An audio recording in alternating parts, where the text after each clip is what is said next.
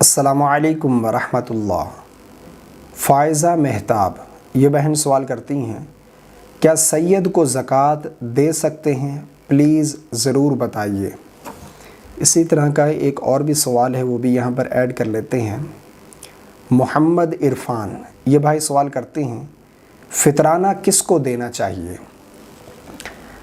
دیکھیں، پہلا جو سوال بہن نے پوچھا ہے کہ سید کو زکوٰۃ دے سکتے ہیں یا نہیں، تو جواب اس کا یہ ہے کہ سید کو زکوٰۃ دینا جائز نہیں ہے، کیونکہ زکوٰۃ جو ہے یہ میل کچیل ہے، اور سید چونکہ ان کو نبی کریم صلی اللہ علیہ وسلم کا نسب حاصل ہے، یہ نبی کریم صلی اللہ علیہ وسلم کی آل اولاد میں سے ہیں، اس لیے سید کو زکوٰۃ نہ دی جائے، سید کو زکوٰۃ دینا جائز نہیں ہے، بلکہ ان کو اپنے دوسرے مال سے ان کی مدد کی جائے، ان کو تحفے تحائف دیے جائیں، ان کی خدمت کی جائے، ان کی تعظیم کی جائے، لیکن سید کو زکوٰۃ کا پیسہ دینا یہ جائز نہیں ہے، سید کو زکوٰۃ نہیں لگتی۔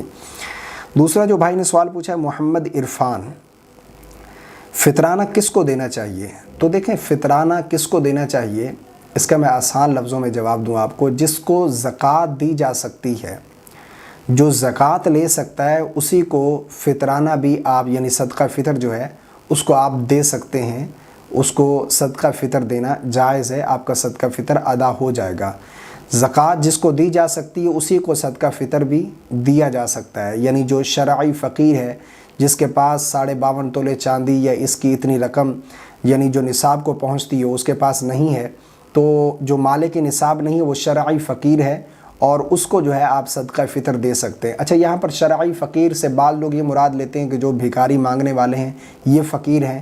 شرعی فقیر جو مالک نصاب نہیں ہے وہ شرعی فقیر ہے، اس کو آپ زکوٰۃ بھی دے سکتے ہیں اور صدقہ فطر بھی دے سکتے ہیں، آپ کا صدقہ فطر بھی ادا ہو جائے گا اور زکوٰۃ بھی ادا ہو جائے گی۔